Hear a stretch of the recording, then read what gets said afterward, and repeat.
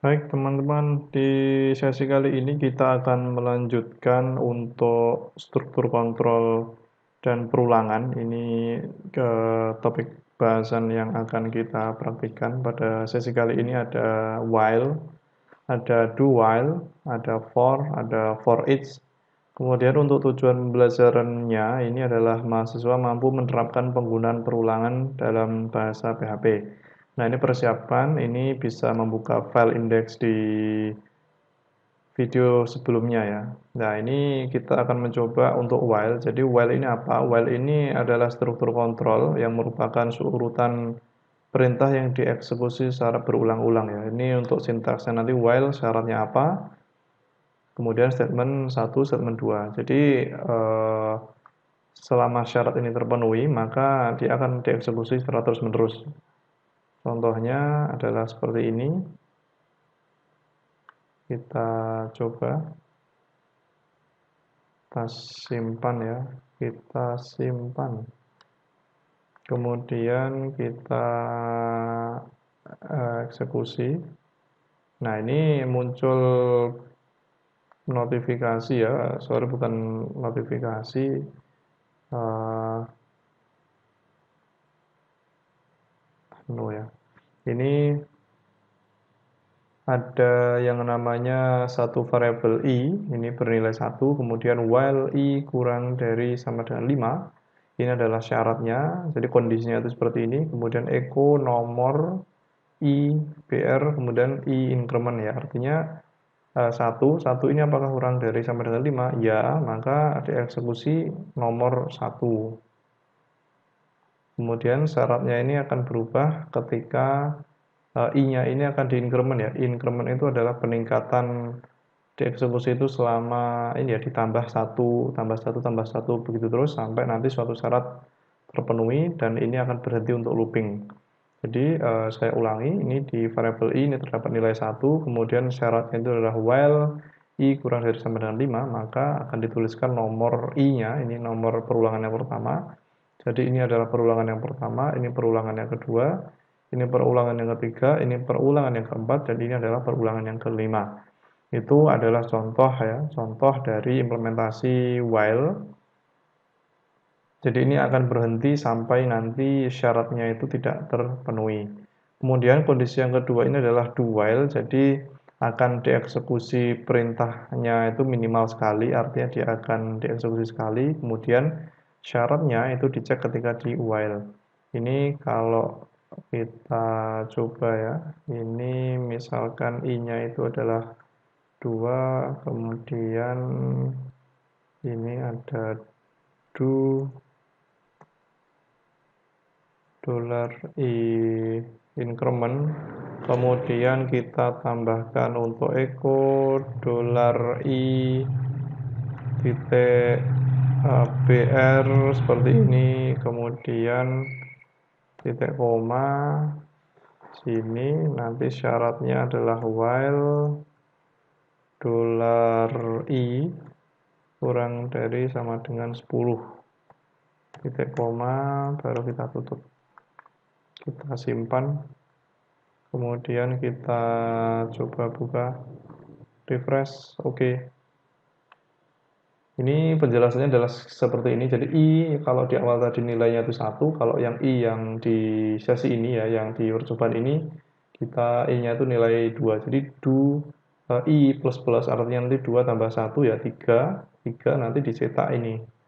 Makanya ini pasti dieksekusi pertama kali itu minimal sekali untuk do while ya. Jadi do itu sekali sampai while-nya ini syaratnya itu tidak terpenuhi. Jadi while ini sampai misalkan 11 gitu, sampai sini i-nya itu adalah 11. Ya, while i-nya 11, apakah kurang dari atau sama dengan 10? Ya tidak ya. Artinya nanti tetap dieksekusi sampai ke 11. Kemudian selanjutnya ini adalah untuk for. Jadi contohnya itu seperti ini. Ini for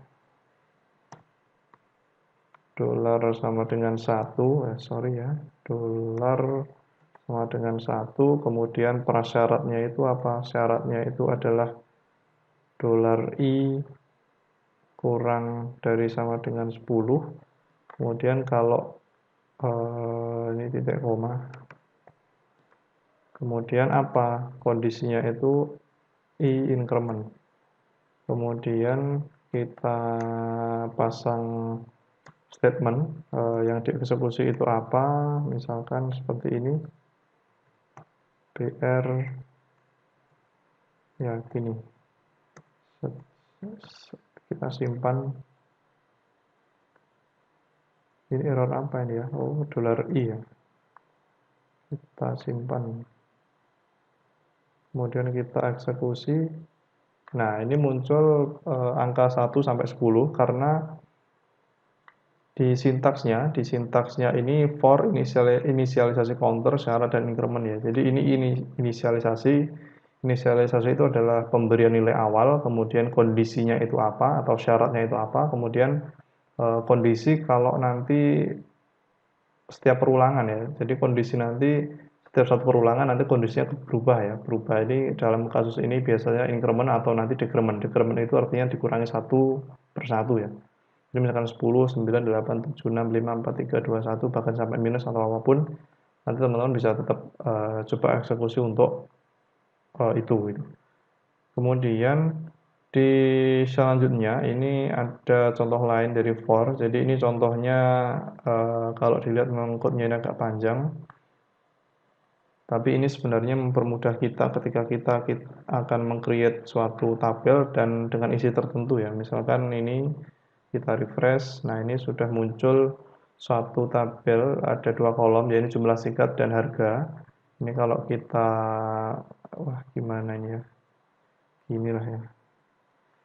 Oke, jadi di harga sikat ini misalkan 1.500 awalnya gitu ya. Jadi for, kemudian jumlah sikatnya itu ada 10. Jadi ini nilai minimalnya, kemudian ada jumlah sikatnya ini apabila jumlah sikatnya itu kurang dari 100, kemudian jumlah sikatnya ini ditambah 10. Jadi kalau teman-teman tadi lihat itu yang di awal increment ya, kondisinya itu adalah kalau awal tadi ditambah satu per satu, kalau yang ini kelipatan ditambah 10 setiap eksekusinya. Jadi seperti yang teman-teman lihat di sini ada angka 10, 20, 30, 40, 50, 60, 70, 80, 90, 100. Itu memang karena syaratnya itu setiap perulangan itu akan ditambah dengan 10. Sedangkan untuk syaratnya itu sendiri adalah nilainya itu adalah kurang dari 100. Makanya ketika dieksekusi ya for, jadi selama syaratnya terpenuhi, artinya ketika nanti sudah 110 ya ini nilai yang di sini tidak dieksekusi ya. Statement yang di sini tidak dieksekusi karena memang syaratnya ini bernilai false atau bernilai negatif atau bernilai salah. Makanya statement yang di dalam sini tidak ikut dieksekusi. Sedangkan untuk harga sikat sendiri nanti yang ditampilkan ya. Yang ditampilkan ini adalah hasil perkalian antara harga dengan jumlahnya. Jadi misalkan tadi ini 1.500 ya, kalau jumlahnya ini 10 ya jadinya 15.000 seperti itu. Itu salah satu fungsi juga untuk mencetak data di dalam suatu tabel. Ini contohnya seperti ini. Ini untuk penulisan baris dan kolomnya, ini bisa diulang menggunakan fungsi for ya. Oke, setelah itu kita lanjut ke bagian for each. Jadi ini adalah contoh for each.